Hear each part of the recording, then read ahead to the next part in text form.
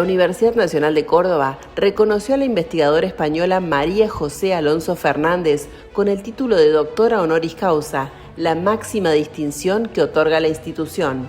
El homenaje destacó su trayectoria pionera en nanotecnología farmacéutica, un campo que está transformando el modo en que se desarrollan los tratamientos médicos en todo el mundo. La ceremonia estuvo presidida por el rector John Boretto, acompañado por la decana de la Facultad de Ciencias Químicas, Silvia Correa, el secretario general Daniel Lago y el secretario de Innovación y Vinculación Tecnológica Santiago Palma. También participaron autoridades universitarias, representantes del Ministerio de Salud, integrantes de la comunidad científica y académica, estudiantes e invitados especiales. Tras recibir la distinción, María José Alonso Fernández brindó la conferencia en la que abordó los cambios que vive hoy la medicina, impulsados por los avances tecnológicos y la inteligencia artificial, pero siempre al servicio de la humanidad. Magnífico, señor rector, excelentísima señora decana de la Facultad de los Estudios de Ciencias Químicas, autoridades, vicerrectores, decanos, profesores, amigas y amigos. Digo amigas y amigos porque realmente cuando uno viene a Argentina se siente en su casa. Yo particularmente me siento en mi casa y agradezco muchísimo esta distinción de la Universidad Nacional de Córdoba. Por tanto, quiero que sepáis, que sepan todos ustedes que para mí es un honor increíble. Estoy emocionada de recibir este reconocimiento porque me siento muy, muy a gusto en este país. De hecho, bueno, comentábamos antes, mi marido tiene familia en Argentina, como no, él es gallego, y por otro lado, hemos tenido mucha relación con Argentina, tanto a nivel de colaboraciones académicas como a nivel de recibir estudiantes argentinos en mi laboratorio. Por tanto, no me puedo encontrar más a gusto en esta casa magnífica, extraordinaria, que es la Universidad Nacional de Córdoba. Bien, dicho esto, es también curioso. Ahí tenemos el claustro de las dos universidades de Santiago y de Córdoba. Y bueno, es verdad que la de Córdoba sus orígenes datan de un siglo más tarde, lógicamente, porque la de Santiago fue precisamente cuando los españoles llegaron a América. Por tanto, muy históricas y muy reconocidas. Bien, pues dicho esto, más allá de presentar mi lección, bueno, efectivamente, como el profesor Palma ha comentado, yo nací en un pueblo de León, en España, un pueblo pues eminentemente agrícola, donde el río pues era algo muy importante en nuestras vidas. Para mí particularmente por jugar mucho en él, pero también estaba al lado de un instituto,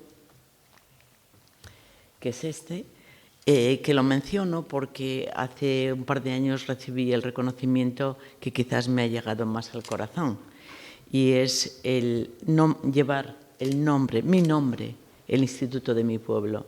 He de decir que digamos, el bachiller superior que era necesario para ir a la universidad se inició cuando me tocaba a mí realizar el bachiller superior. Por tanto, si yo pude llegar a la universidad procediendo como procedo de una familia humilde y la primera persona yendo a la universidad en mi familia, bueno, pues fue gracias a que el instituto, bueno, pues tuvimos profesores magníficos y el instituto comenzó su andadura para permitirnos llegar a la universidad, que fue en los años 70 cuando se produjo el gran acercamiento de todas las clases sociales a la universidad en España. Y estoy muy agradecida. Por supuesto, hay muchas personas a quienes les tengo que agradecer en mi trayectoria, y más allá del profesor Vilajato, con quien me formé en España, bueno, pues me formé, como señalaba el profesor Palma, en Francia con el profesor Couvreur, que fue uno de los grandes pioneros en el ámbito de la nanomedicina, en nanotecnología farmacéutica, él es farmacéutico, en Europa. Y trabajé también en el Hospital Gustave Roussy oncológico, es un hospital oncológico. Seguidamente me fui a aprender un poco sobre bioingeniería y me di cuenta que lo que los americanos ya en aquel momento llamaban bioingeniería, en realidad nosotros la llamábamos tecnología farmacéutica. Y bueno, quizás con una aproximación ligeramente distinta, allí aprendí muchas cosas. Yo creo que quizás el rasgo más destacable de lo que aprendí fue a no tener miedo, como dicen los americanos y decía el profesor Langer, a pensar en grande, ¿no? Y bueno, claro, pensar en grande significa aceptar proyectos de altísimo riesgo para los que se necesita mucho dinero. Pero fue una aproximación a ese modo de investigación de alto riesgo que fue fundamental para mi vida, así como el modo en que se forma a la gente, el modo en que se relaciona un director, que no es director, es asesor, con los estudiantes de doctorado. Y bueno, fue impactante en mi vida. Además, algo muy importante durante mi estancia en el MIT fue que tuve la oportunidad de trabajar, adentrarme en el mundo de las vacunas, y para mí fue un mundo apasionante. Estábamos trabajando en un proyecto financiado por la Organización Mundial de la Salud que iba dirigido a conseguir vacunas de una sola inyección. Después, a mi vuelta a España, pude seguir trabajando para la Organización Mundial de la Salud y también para la Fundación Bill y Melinda Gates, tratando de desarrollar vacunas nasales, como llamaban ellos, needle free vaccination. Y bueno, pues esta ha sido una constante, realmente esto me ha atrapado, el tema de la salud global, de la vacunación, de modo que sigo trabajando y ahora estamos precisamente con un gran proyecto europeo que se llama NOSVAC, dirigido a obtener vacunas nasales. Bueno, más allá de esto, como se comentó, para mí me siento muy agradecida de haber podido formar parte del equipo de gobierno de la universidad, del equipo rectoral, precisamente ostentando el cargo de vicerrectora de Investigación e Innovación, donde fui más consciente que nunca de la necesidad de aproximar la ciencia del más alto nivel, lo aprendí del profesor Langer, que la ciencia del más alto nivel no estaba reñida con la innovación y el emprendimiento. Al contrario, es necesaria ciencia de alto nivel para poder emprender y para llegar a lo que todos ansiamos, que es servicio a la humanidad, cuidado de los pacientes. Y eso me quedó muy claro en Estados Unidos, cosa que quizás no tenía yo tan clara al principio. Bueno, la cuestión es que aprendí mucho del profesor, del rector Senenbarro, y también estoy muy agradecida. Y ya pasamos, sin más demora, a ver que no le he cogido yo el punto a esto. Ahí. A el objeto de mi charla, que efectivamente hablamos de ir hacia un nuevo paradigma terapéutico, porque la tecnología farmacéutica y en particular la nanotecnología farmacéutica nos está permitiendo, digamos, generar un conocimiento indispensable en el ámbito de la nanotecnología farmacéutica para desarrollar nuevos tratamientos. En estos momentos, además de estar afiliada a la Universidad de Santiago de Compostela, estoy afiliada al Instituto de Nanociencia de Madrid. Y es verdad que el enfoque es muy hacia la física, hacia la nanotecnología pura, pero es verdad también que el conocimiento de estas técnicas de análisis biofísico y físico ha sido muy útil para la investigación que estoy llevando a cabo en estos momentos. Bien, pues trabajando en ambas instituciones, pero obviamente mi centro de trabajo principal es el de Santiago, voy a empezar a comentar un poco quiénes han sido mis referentes en mi carrera y, por supuesto, cómo ha ido evolucionando mi trabajo a lo largo de la historia. Bueno, creo que este esquema de Galeno lo tenemos los farmacéuticos muy presentes, lo que es la formulación galénica y las etapas por las que hemos ido pasando. A mí me tocó justamente, una vez ya pasada la etapa, yo nací en la época en la que se empezó a hablar de biofarmacia y farmacocinética. y el profesor Rafael Cadórniga fue un gran impulsor en España en este ámbito.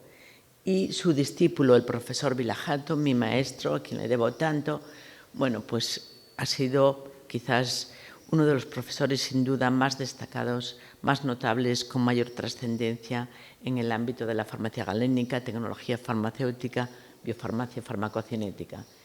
Muy agradecida por la libertad que me dio, muy agradecida por la inspiración y también por lo que me facilitó el acceso a la industria farmacéutica, tengo que decir. De tal modo que, llegado un momento, precisamente desde mi nacimiento hasta, digamos, la década de los 90, pues hubo una transición gradual, porque el origen de la nanotecnología realmente está también en los años 60, 70, y se produjo esa transición que yo descubrí cuando terminaba mi tesis y dije, bueno, yo quiero ver el mundo de lo nanométrico, el mundo de lo pequeño, qué es lo que aporta este mundo de distinto en relación a la farmacia galénica más clásica. Y bueno, pues poco a poco lo fui descubriendo, lo que aporta. Y el día de hoy, bueno, pues este es mi grupo de investigación a quienes les debo tanto. Claro, ahí están solamente presentados en la foto los actuales, pero es verdad que han pasado más de 150 personas por mi laboratorio a diferentes niveles de doctorado o de postdoc, y este es el centro de investigación en medicina molecular en el que yo tengo mis laboratorios. Fue un centro que se creó durante mi mandato como vicerrectora de investigación. Yo consideré imprescindible para progresar en la ciencia el crear centros multidisciplinares, de tal modo que en dicho centro, bueno, pues está desde gente, por supuesto, grandes expertos en biología molecular, grandes expertos en desarrollo de modelos de enfermedades, en tantísimos ámbitos, en genómica, en proteómica, y ha sido, bueno, pues un salto importante en el modo de llevar a cabo la investigación. Es de lo que más orgullosa me siento de todos estos centros multidisciplinares que creamos, que fueron varios. Bueno, pues curiosamente, al día de hoy, la nanomedicina, a mí me gusta más llamarle la nanotecnología farmacéutica, ha dado lugar ya a muchos medicamentos. Es verdad que el concepto de nanomedicamento, nanomedicine, por parte de las agencias regulatorias, es distinto en los diferentes países. De tal modo que si hablamos de nanomedicamentos comercializados, nos encontramos con cifras distintas. Pero bueno, por ejemplo, aquí están todos aquellos que primero fueron comercializados dedicados al tratamiento del cáncer y también de las vacunas. Todos estos están comercializados. Pero también hay que decir que al margen de todos estos nanomedicamentos, que efectivamente van dirigidos a estos ámbitos, también hay muchos nanomedicamentos que son nanocristales, en los que aquí esta universidad destaca notablemente, en particular de la mano del profesor Palma, y que en realidad son los nanomedicamentos, yo diría, más exitosos, porque han permitido mejorar la solubilidad y la absorción de fármacos, por lo tanto, de uso más común que los anteriores que yo señalaba, que iban más dirigidos a otras finalidades. Si consideramos efectivamente los nanocristales, los otros tipos de nanomedicamentos y otra serie de conjugados, pues efectivamente nos encontramos con más de 60 nanomedicamentos al día de hoy en el mercado. Por tanto, es un ámbito que no es de futuro, sino que es actual, y llevamos ya muchas formulaciones, muchos nanomedicamentos comercializados. Yo siempre vi la nanotecnología farmacéutica como una vía de inspirarme desde la naturaleza, de bioinspiración. Y realmente, claro, si uno piensa, ahora que se está hablando tanto del ARN, en cómo es una cadena de ARN o cómo es un virus, cómo es una bacteria, cómo es una célula, realmente nosotros intentamos aproximarnos a la estructura de un virus. Particularmente en el mundo de la terapia génica, donde la mayor parte es el RNA del virus. Y, bueno, pues viendo esta ilustración del tamaño que tiene un virus en torno a 100 nanómetros, es fácil imaginarnos cómo podemos llegar con las nanopartículas al interior de las bacterias, que son mucho más grandes, e incluso cientos de partículas pueden adentrarse en el interior de las células, transportando el material genético o la molécula de que se trate.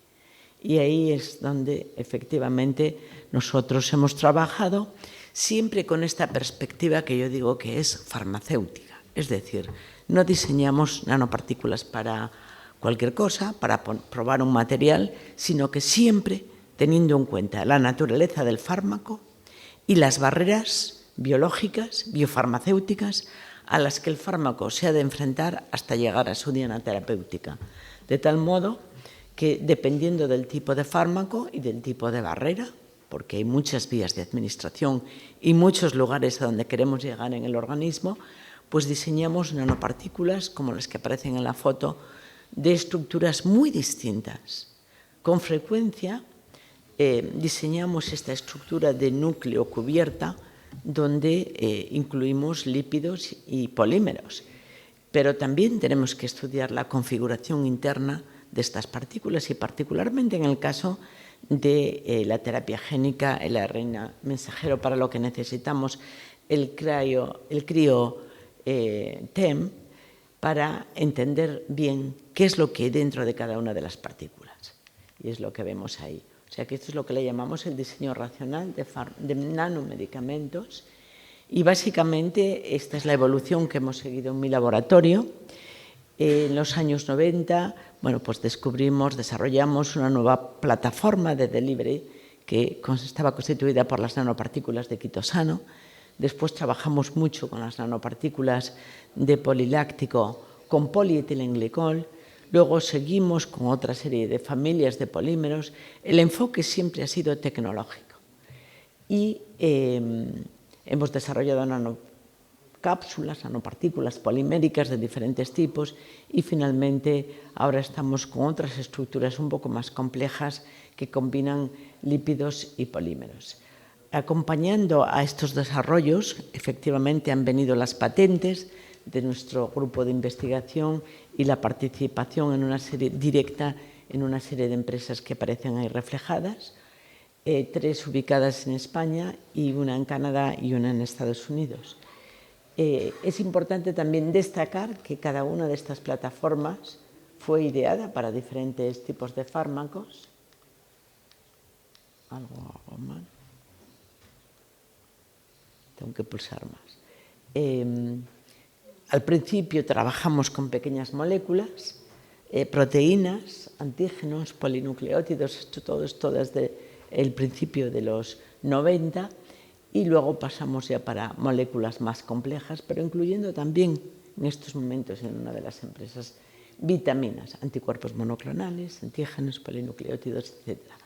Y en estos momentos, pues efectivamente nuestro foco es principalmente en cáncer, cerebro, enfermedades neurodegenerativas y vacunas. Y por insistir un poco en lo que a qué ha dado lugar todos estos desarrollos tecnológicos, bueno, con las nanopartículas de quitosano, que fue el motivo de la participación en la empresa Advancell, que quebró años más tarde, hay que decir, pero fue una pena realmente que haya quebrado porque habíamos llegado a ensayo clínico en colaboración con la empresa ISDIN para el tratamiento de la placa psoriática con las nanopartículas de quitosano que contenían ciclosporina y con buenos resultados en la fase 1-2 con respecto a la tolerancia, la buena respuesta terapéutica, incluso la relación dosis-respuesta. Después, por razones que no tienen nada que ver con la tecnología, con la ciencia, que es lo que pasa en el mundo empresarial, bueno, pues la empresa no sigue adelante. Pero sí que es cierto que pudimos participar en el desarrollo de una empresa también en Estados Unidos. Esto fue durante mi sabático, cuando ya hacía mucho tiempo que habíamos desarrollado las nanopartículas de quitosano y lamentablemente las patentes ya no se estaban utilizando porque las habíamos licenciado, vendido literalmente a la empresa Advancel, pues la empresa Advancel hizo poco uso de ellas y años más tarde, cuando yo estaba de sabático en el MIT, colaboré con el desarrollo de estas nanopartículas de quitosano que contienen cisplatino y que se están utilizando para el tratamiento del cáncer de boca. Están en fase 3, esta empresa ahora, y la verdad con muy buenos resultados. Esperemos que llegue al mercado. Y, bueno, pues, además de estos desarrollos iniciales derivados de nuestras plataformas tecnológicas, voy a mostrar únicamente unos pocos datos con respecto a los 3 ámbitos de actividad. Hemos trabajado más a lo largo de los años en temas óseos, en temas oculares, pero el foco actualmente es fundamentalmente en el ámbito de las vacunas peptídicas y también vacunas ARN que administramos por vía intramuscular y también por vía nasal. Bien, pues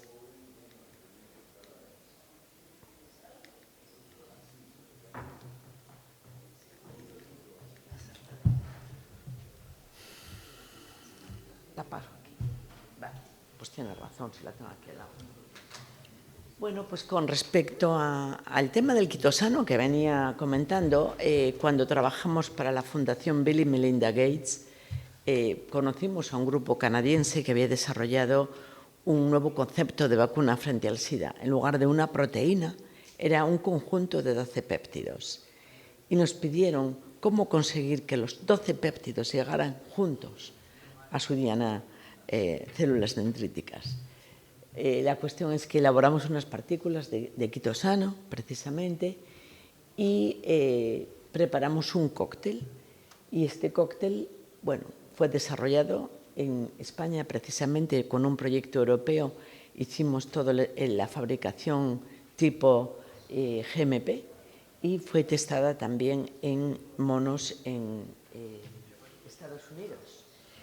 Y verdaderamente los resultados conseguidos en monos fueron espectaculares porque tras una inyección parenteral, intramuscular, de una estructura viral y seguidamente las dosis sucesivas, 4 dosis nasales a lo largo del tiempo, conseguimos que los macacos resistieran hasta 8 retos, que es realmente un dato sorprendente. Bueno, esta tecnología pues la está intentando llevar a clínica, pero les está costando bastante a una empresa en Canadá. Y fue ahí cuando nos enfrentamos, después de más de 10 años de experiencia en vacunas, es una imagen de Galicia típica, bueno, un panorama negro, o sea, bonito, pero negro, cuando llegamos al momento de la vacuna y le llamábamos la misión COVID-19, la ciencia al servicio de una vacuna. En mi laboratorio, pues solamente estuvimos en trabajar 3 o 4 días, pero desde muy rápido pudimos trabajar 6 personas, que era una dedicación día y noche, como digo yo, porque fue realmente una lucha increíble de intentar hacer algo modestamente desde España, sabiendo que había otros países que lo estaban intentando probablemente con mucha más eficacia porque invertían muchísimo dinero, ¿no? Véase Inglaterra, Alemania, pero bueno, sobre todo Estados Unidos, y que la industria estaba ahí y tenía que estar. Nosotros también colaboramos con una empresa catalana, IPRA, y constituimos un consorcio español de 6 grupos, fundamentalmente gente experta en inteligencia artificial para diseñar el ARN, un nuevo ARN pretendíamos. De hecho, queríamos una combinación de varios ARNs y luego inmunólogos y virólogos en España. Y mi grupo de investigación para preparar las nanopartículas que intentábamos que no fuesen las mismas que tenía ya desarrolladas Moderna o Pfizer. Pretendíamos desarrollar una tecnología más barata, nos decían en nuestra agencia de evaluación de medicamentos y productos sanitarios, con quienes es verdad que tuvimos ayuda desde el principio. Nos decían, hay que buscar algo que sea patentable, que sea seguro y que sea distinto de lo que están desarrollando los americanos. No fácil, ¿no? Pero bueno, es verdad que al final el mundo se ha quedado con esta idea de las nanopartículas lipídicas, pero es que hay muchas más opciones más sencillas que las nanopartículas lipídicas. Y nosotros hemos desarrollado fundamentalmente nanoemulsiones bastante sencillas y nanocápsulas, que son nanoemulsiones, pero cada glóbulo rodeado de un polímero. Bueno, desarrollamos más de 1000 prototipos constituidas de un agente condensante del ARN, tensoactivos muy comunes, aceites, polímeros, y teníamos un perfil de producto, Target Product Profile, que seguimos, de tal modo que fuimos haciendo un screening, testamos in vitro más de 100 prototipos y más de 20 los llevamos con diferentes versiones del ARN a ensayos en animales. Cuando ya teníamos las vacunas, pues ya no recibimos más financiación, el trabajo se paró un poco ahí, la empresa IPRA vino a aprender a mi laboratorio, ahora tienen toda la tecnología para fabricar nanovacunas de ARN, pero sí que es cierto que ellos optaron o abandonaron esta estrategia, quizás porque no se veían suficientemente expertos, y desarrollaron una vacuna proteica que se comercializó el año pasado. Pero bueno, en estos momentos sí que es cierto que la COVID no es un gran problema, pero ha dado lugar a un desarrollo espectacular de las vacunas y del valor de las nanopartículas. Y nosotros seguimos trabajando ahí, fundamentalmente enfocados a vacunas nasales, ¿no? Esta era pues, una formulación típica nuestra, donde veíamos con un ARN modelo cómo efectivamente la vacuna llegaba a las células, los puntitos verdes, se producía la transfección y el aspecto antes de liofilizar. Bueno, por reenseñar algunos de los resultados, la verdad es que tuvimos respuestas muy parecidas en el caso de IgG a las vacunas comercializadas e incluso a nivel de CD4 tuvimos respuestas superiores. Seguimos trabajando con COVID, con influenza y con otra serie de vacunas en este consorcio europeo NOSVAC. Y bueno, decir que nuestras partículas no necesitan microfluídica, se pueden preparar simplemente en el laboratorio en cuestión de minutos. Ahí tenemos las partículas formadas y que se pueden liofilizar. Y que tras la liofilización y resuspensión, bueno, pues se consigue el producto original, que es lo que se desea, y así son más estables durante el almacenamiento. Pero voy a dedicar ahora unos minutos a hablar de lo que ha supuesto el desarrollo de esta vacuna en nuestro ámbito. Bueno, primero lo que ha supuesto para la humanidad. Recordaréis que mucha gente hablaba, es que se descubrieron por casualidad, es que hubo mucha suerte, es que no hubo tanto control a nivel de regulación. Bueno, yo creo que suerte hubo porque realmente funcionan mucho mejor de lo que podíamos soñar, ¿no? Es decir, yo recuerdo aquellas conversaciones en las que se hablaba de que solo se comercializaría, particularmente en Estados Unidos, en el Senado mismamente, hablaban de que solo se podría comercializar una vacuna si conseguíamos una cobertura superior al 60%. Eso se superó con creces y efectivamente se habla con frecuencia de la serendipia en investigación, pero yo creo que la serendipia solo ocurre, es como lo de la suerte, ¿no? Solo ocurre si la buscas y si estás muy metido, muy de lleno en ese ámbito de descubrimiento y luego, es verdad, algo inesperado resulta que te da la solución, pero porque hay mucho conocimiento y mucho esfuerzo detrás, claramente. Bueno, fueron reconocidos con el Nobel de Medicina, Carico y Weissman, y tengo que decir que hace poco que visité el centro de investigación que crearon para Weissman en Filadelfia, y lo interesante es que Weissman está totalmente volcado en las nanopartículas. Es decir, que nos está ayudando mucho, un gran inmunólogo que nos está ayudando mucho a ver el futuro de este tipo de tecnologías. En España, con la Fundación BBVA, es uno de los premios más importantes. En España se le concedió el premio compartido a Carico y Weissman con Robert Langer. Luego los Nobeles no han reconocido, espero que algún día lo hagan, al profesor Langer. Yo creo que el hecho de ser ingeniero ahí también tiene un poco de peso, ¿no? Pero espero que algún día llegue. Pero lo cierto es que esto ha producido un cambio paradigmático, un desarrollo de las terapias ARN, un cambio paradigmático en el modo de afrontar la salud. Y esto es lo que yo les insisto a mis alumnos de farmacia. En quinto de farmacia les digo, chicos, ¿os dais cuenta de lo afortunados que somos de estar viviendo un momento histórico en el desarrollo de medicamentos y nuevas terapias? Es totalmente un cambio de paradigma. Fijaos que la mayoría de las enfermedades las hemos venido tratando a través de su sintomatología, no el origen de la enfermedad. Ahora estamos en la era en la que tratamos a los pacientes abordando el origen de la enfermedad. Y eso es algo excepcional.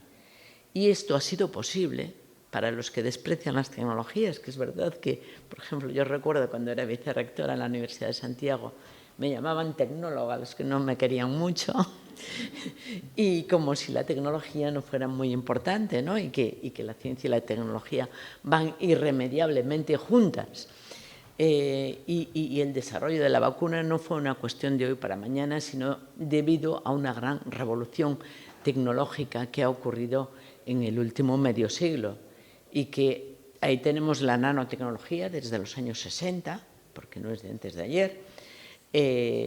Tenemos la inteligencia artificial, tampoco surgió ayer. El rector con quien yo trabajé era y es gran experto en inteligencia artificial. Y, por supuesto, todas las tecnologías ómicas, proteómica, genómica y demás han contribuido al desarrollo de estas nuevas vacunas y terapias. En el mercado ya se encuentran unas cuantas terapias, pero estoy hablando, aquí solamente menciono aquellas que hacen uso de nanopartículas. Hay bastantes más que hacen uso de virus, en particular terapias celulares, pero ya hay terapias celulares en ensayos clínicos que no utilizan lentivirus, utilizan nanopartículas.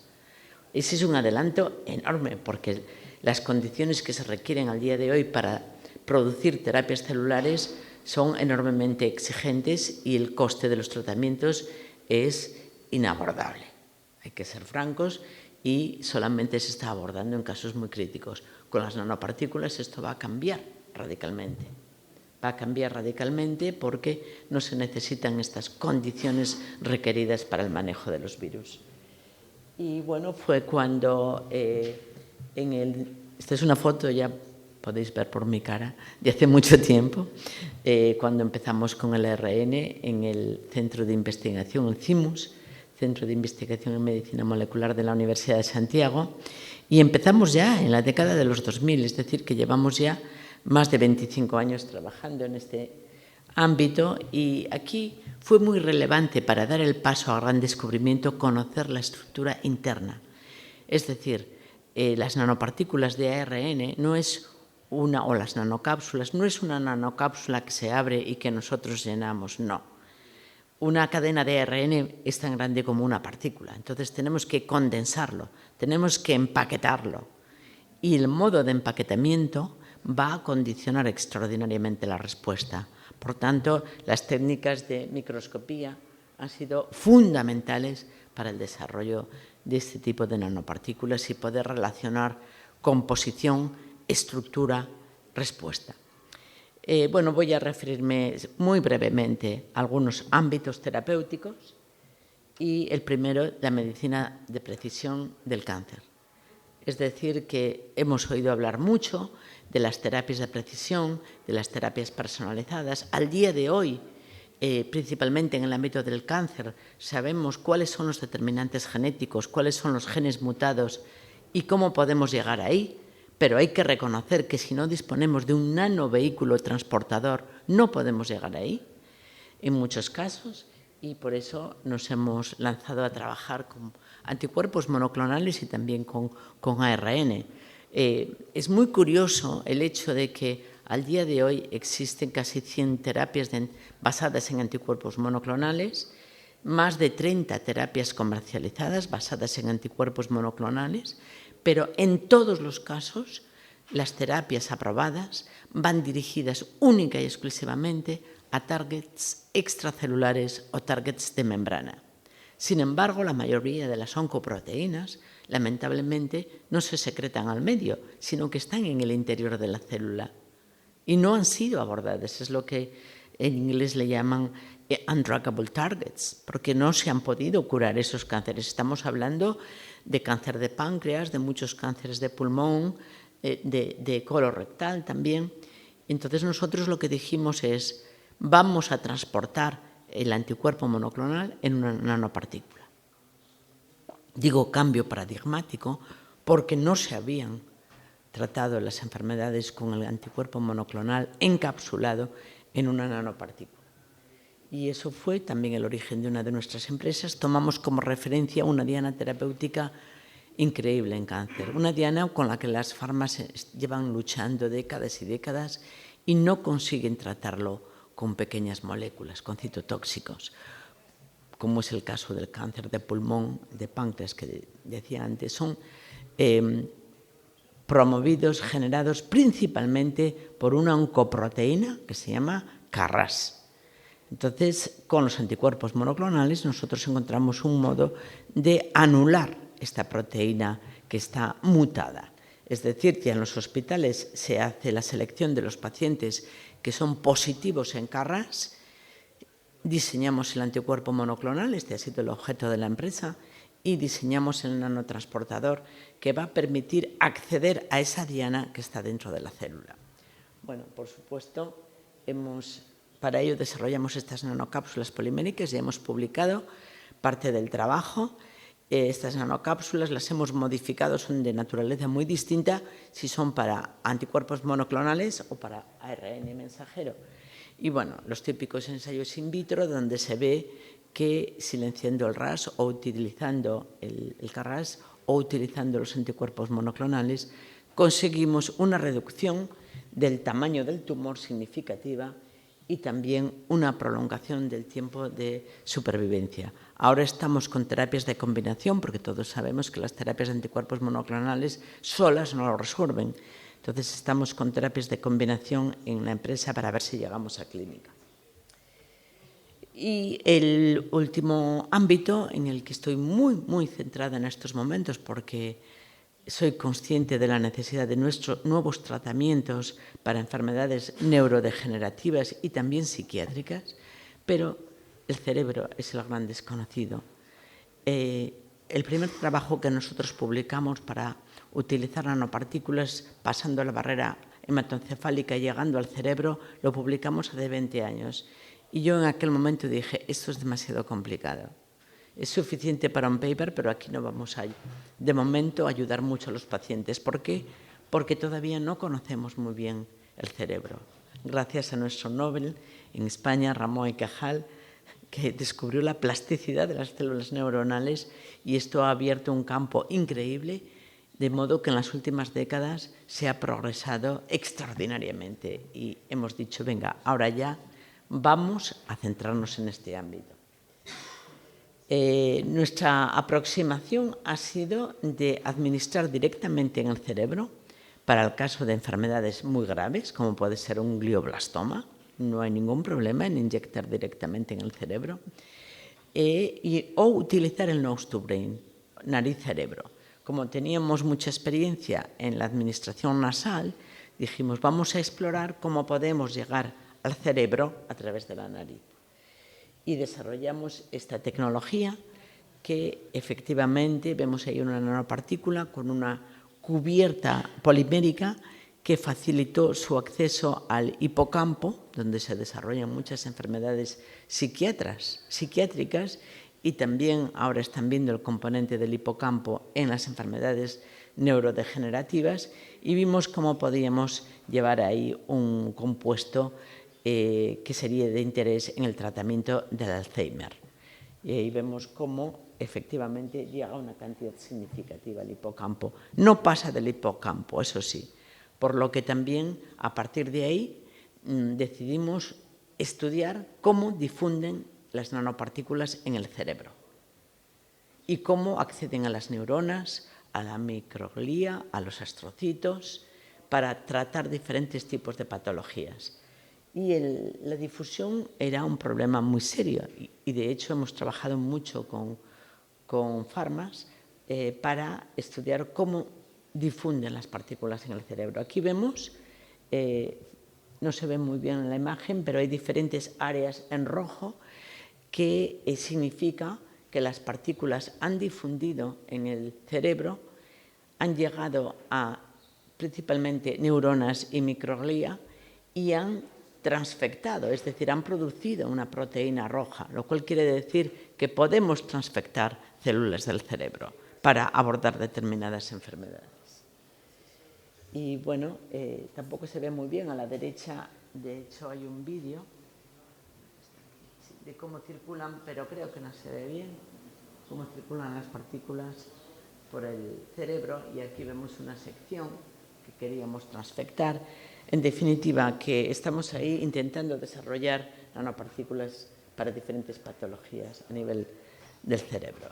Es cierto que la mayoría de los estudios se están haciendo en estos momentos en enfermedades raras, enfermedades genéticas, ahí se está con la edición génica, para lo que se está empezando a utilizar nanopartículas también, enfermedades autoinmunes, por supuesto, neurodegenerativas, cáncer, vacunas, y mi empeño al día de hoy es también trabajar en enfermedades psiquiátricas. Estamos preparando proyectos. Podríamos hablar de medicina inteligente, de salud. Yo prefiero hablar de salud inteligente, porque, a ver, la salud inteligente no solo pasa por recibir los medicamentos adecuados, sino también otra serie de factores de dieta, de modo de vida, ¿no? Pero qué duda cabe que también debemos incluir en salud inteligente los tratamientos que van a abordar el origen de la enfermedad, como señalaba antes, y no simplemente los síntomas de la enfermedad. Eso, por ejemplo, en el mundo de la psiquiatría es alucinante. Se están empezando a identificar los genes que condicionan patologías muy graves, y ahí se va a poder actuar a nivel de esquizofrenia, trastorno bipolar, depresión. Y bueno, esta foto me la saqué cuando visité un centro de investigación en Corea. Hay una universidad increíble donde hay muy pocos alumnos, pero casi todos los alumnos desarrollan empresas. Y bueno, tienen este lema a la entrada de su edificio, donde se habla de que la ciencia de hoy es el negocio del futuro. Y yo esto lo resalté cuando me dieron un premio durante la pandemia, y se hablaba tanto del problema que estaba generando la pandemia a nivel económico, y yo les decía allí a los asistentes a la entrega del premio, algunos de ellos políticos, yo les decía, daos cuenta que si no hay salud no hay economía. Es decir, que podemos poner todo el énfasis que queramos en el desarrollo económico posterior, pero si no hubiera habido vacuna no habría negocio. Y bueno, ellos lo tienen muy claro, Corea del Sur apuesta muchísimo por la investigación. Pero quiero terminar con mensajes que son aplicables a muchos ámbitos y algunas frases tantísimas que ha dicho, ¿no? El Papa Francisco, que para mí fue el mejor papa que hemos tenido de lo que yo he vivido, y me encantaba oírle decir frases como el verdadero poder es el servicio, pues los científicos y los profesores hacemos un gran servicio que a veces ni nos lo creemos y a veces no se reconoce, pero produce un placer enorme servir a los demás. Yo me quedo con eso. Pero también no tengan miedo, dijo, no tengan miedo de soñar cosas grandes. Y es que es verdad, no hay que perder la ilusión por hacer por los demás, la ilusión de contribuir a algo grande. Y esto los científicos debemos llevarlo dentro, porque si no lo llevamos no podemos hacer cosas grandes, como él bien dijo. Pero me van a permitir que finalmente mencione a Rosalía de Castro, gallega, que ya un siglo antes, y esto lo digo en los eventos más importantes que he tenido en mi vida, no importa que los sueños sean mentira, ya que al cabo es verdad que es venturoso el que soñando muere, infeliz el que vive sin soñar. Y es verdad que con toda la ilusión que le ponemos, esto nos hace felices. Y es verdad que muchos de los esfuerzos que dedicamos no llegan a materializarse en nuestra vida, en algo práctico. Pero es tan bonito investigar, es tan bonito enseñar, que realmente, bueno, para mí ha sido un modo de vida increíble. Muchísimas gracias por su atención y muchísimas gracias de verdad por este gran honor que considero formar parte de esta universidad en estos momentos. Muchísimas gracias.